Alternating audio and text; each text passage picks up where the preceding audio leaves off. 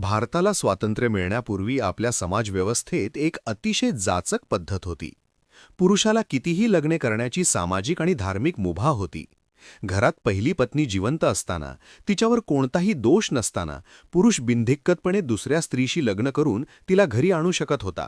यामुळे त्या पहिल्या पत्नीचे आयुष्य अक्षरशः नरकासारखे होत असे. तिला न घरात मान होता, न कायद्याचे संरक्षण. स्त्रियांची ही गुलामगिरी आणि होणारी अवहेलना ज्यांनी ओळखली ते होते भारताचे पहिले कायदेमंत्री डॉक्टर बाबासाहेब आंबेडकर.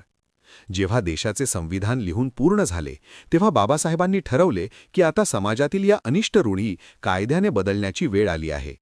त्यांनी संसदेत ऐतिहासिक हिंदू कोड बिल मांडले. या बिलाचा मुख्य उद्देशच होता स्त्रियांना पुरुषांच्या बरोबरीने समान अधिकार देणे. आणि यातला सर्वात क्रांतिकारी निर्णय होता एकपत्नीत्व अर्थात मोनोगॅमी. बाबासाहेबांनी कायद्याने स्पष्ट केले की इथून पुढे हिंदू पुरुषाला एका वेळी एकच पत्नी असावी लागेल.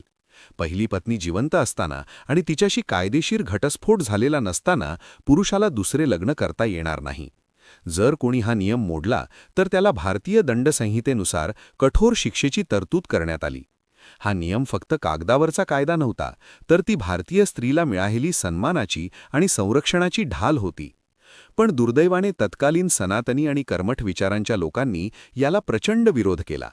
आमच्या धर्मात आणि परंपरेत ढवळाढवळ करू नका असे सांगून बाबासाहेबांवर चौफेर टीका झाली.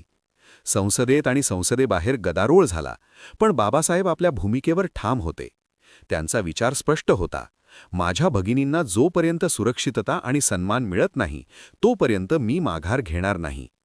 जेव्हा राजकीय कारणांमुळे हे बिल संसदेत मंजूर करण्यात टाळाटाळ झाली तेव्हा आपल्या तत्वांशी तडजोड न करता बाबासाहेबांनी देशाच्या कायदेमंत्रीपदाचा तडकाफडकी राजीनामा दिला.